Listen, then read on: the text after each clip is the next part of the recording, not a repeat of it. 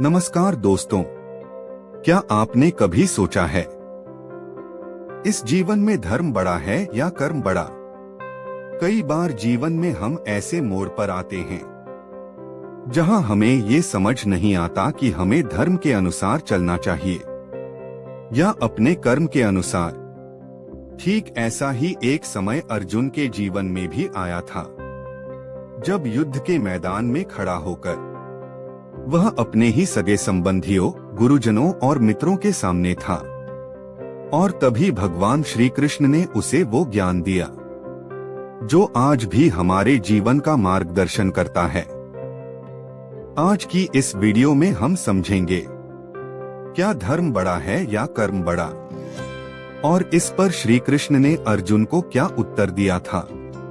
तो आइए शुरू करते हैं ये आध्यात्मिक यात्रा, जहां हर शब्द आपको सोचने पर मजबूर करेगा।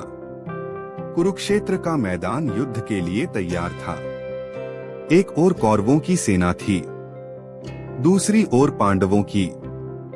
शंख बज चुका था, घंटे गूंज रहे थे, पर अर्जुन का मन विचलित था। उसने देखा सामने पितामह भीष्म, गुरु द्रोणाचार्य और अपने भाई बंधु खड़े हैं। वह कांप उठा और बोला, मधुसूदन, मैं यह युद्ध नहीं कर सकता। इन सबको मारना अधर्म होगा। क्या अपने धर्म के नाम पर रिश्तों का खून बहाना उचित है? श्री कृष्ण मुस्कुराए। उन्होंने शांत स्वर में कहा, अर्जुन, तू जो सोच रहा है वह दया नहीं, मोह है। धर्म और कर्म एक दूसरे से अलग नहीं हैं। धर्म वह है जो कर्म के मार्ग को सही दिशा देता है, और कर्म वह है जो धर्म को जीवंत बनाता है। जो केवल धर्म की बातें करता है पर कर्म नहीं करता, वह निष्क्रिय है, और जो केवल कर्म करता है पर धर्म भूल जाता है, वह भटक जाता है। अर्जुन बोला, हे केशव, आप कहते हैं धर्म और कर्म दोनों जरूरी हैं, लेकिन अगर दोनों में से एक चुनना पड़े तो कौन बड़ा है?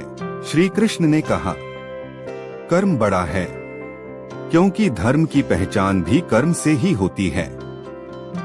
उन्होंने आगे समझाया, यदि कोई व्यक्ति अपने धर्म की बातें करता रहे लेकिन कर्म न करे तो उसका धर्म केवल शब्दों तक सीमित रह जाता है।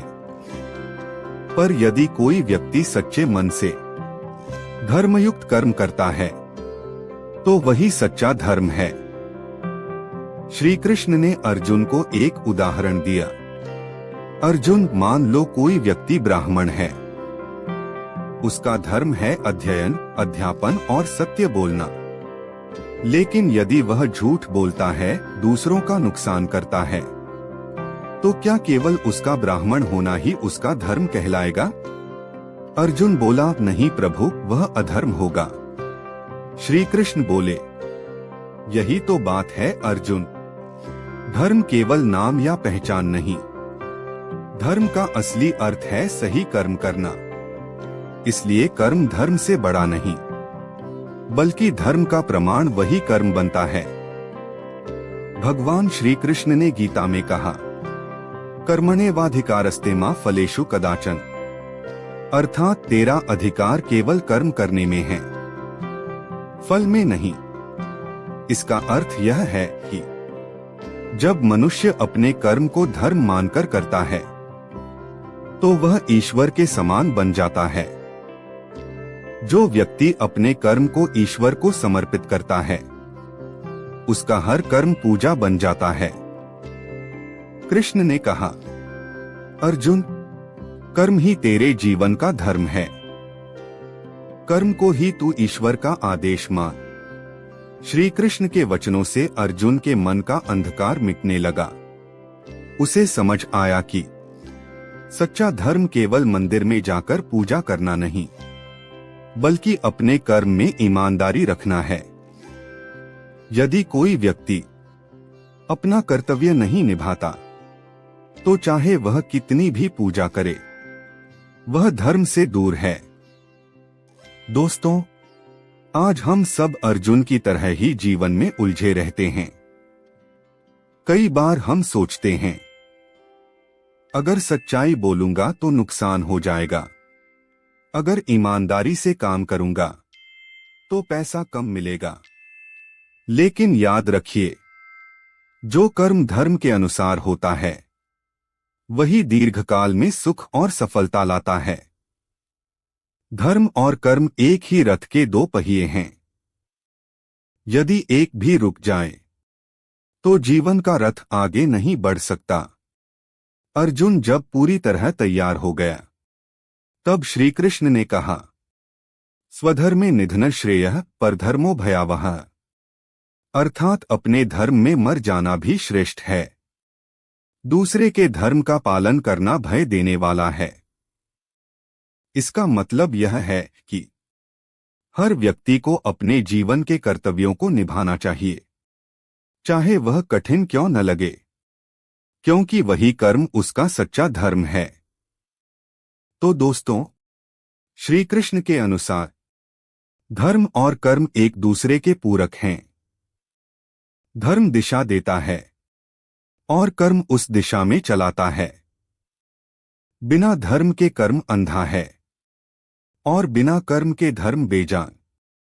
पर जब दोनों एक साथ हों तो वही सच्चा जीवन, वही मोक्ष का मार्ग है। दोस्तों, अगर आपको लगता है कि इस जीवन में कभी आप भी धर्म और कर्म के बीच उलझे हैं, तो श्री कृष्ण की ये वाणी याद रखिए, कर्म करते रहो, धर्म अपने आप तुम्हारे कर्मों से झलकेगा। तो चलिए आज से संकल्प लें, हम अपने हर कर्म को धर्म मानकर करेंगे, क्योंकि वही कर्म हमें ईश्वर के करीब ले जाएगा। अगर आपको ये वीडियो ज्ञानवर्धक और प्रेरणादायक लगी हो तो इसे लाइक करें, अपने दोस्तों के साथ शेयर करें और ऐसे ही आध्यात्मिक ज्ञान के लिए हमारे चैनल को सब्सक्राइब जरूर करें। कमेंट में लिखें, जय श्री कृष्ण।